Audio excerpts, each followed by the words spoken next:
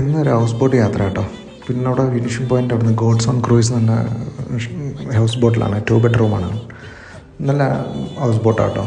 നല്ല ക്ലീൻ ആയിട്ടുള്ള ഹൗസ് ബോട്ടാണ്. ഗോഡ്സ് ഓൺ ക്രൂയിസ് എന്നാണ് പേര്. നല്ല അടിപൊളിയായിട്ട് മെയിൻറ്റെയിൻ ചെയ്തിട്ടുണ്ട്. നല്ല ക്ലീനാണ്. ഒരു ഡൈനിങ് ഉണ്ട്, പിന്നെ അപ്പർ ഡെക്ക് ഉണ്ട്, 2 ബെഡ്റൂമാണ്, AC ആണ്. നല്ല ക്ലീൻ ആയിട്ട് വെച്ചിട്ടുണ്ട് ബെഡ്റൂമൊക്കെ. ഒരു ബാത്റൂമും ക്ലീനാണ്. പിന്നെ മുകളിൽ അപ്പർ ഡെക്ക്. ഇത് 20 പേർക്ക് ഇരിക്കാൻ പറ്റുന്ന കേട്ടോ ഹൗസ് ബോട്ട്. യാത്ര ചെയ്യാൻ പറ്റുന്ന ഹൗസ് ബോട്ടാണ്. ഞങ്ങൾ ഫിനിഷ് പോയിന്റ് സ്റ്റാർട്ട് ചെയ്ത് പിന്നെ മുന്നോട്ട് പോയി. നല്ല അടിപൊളി സ്ഥലങ്ങളാണ് കേട്ടോ.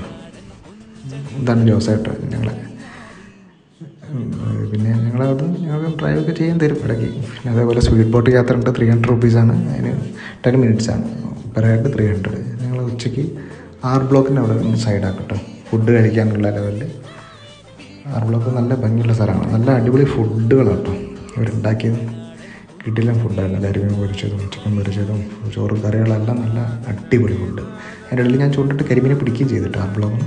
എന്നിട്ട് തിരിച്ച് ഞങ്ങൾ പിന്നെ നമ്മുടെ ഫിനിഷിംഗ് പോയിന്റിൽ ഇങ്ങനെ പോയിക്കൊണ്ടിരിക്കുകയാണ്. അതിൻ്റെ ഇടയിൽ ചായയും പഴംപൊരിയും.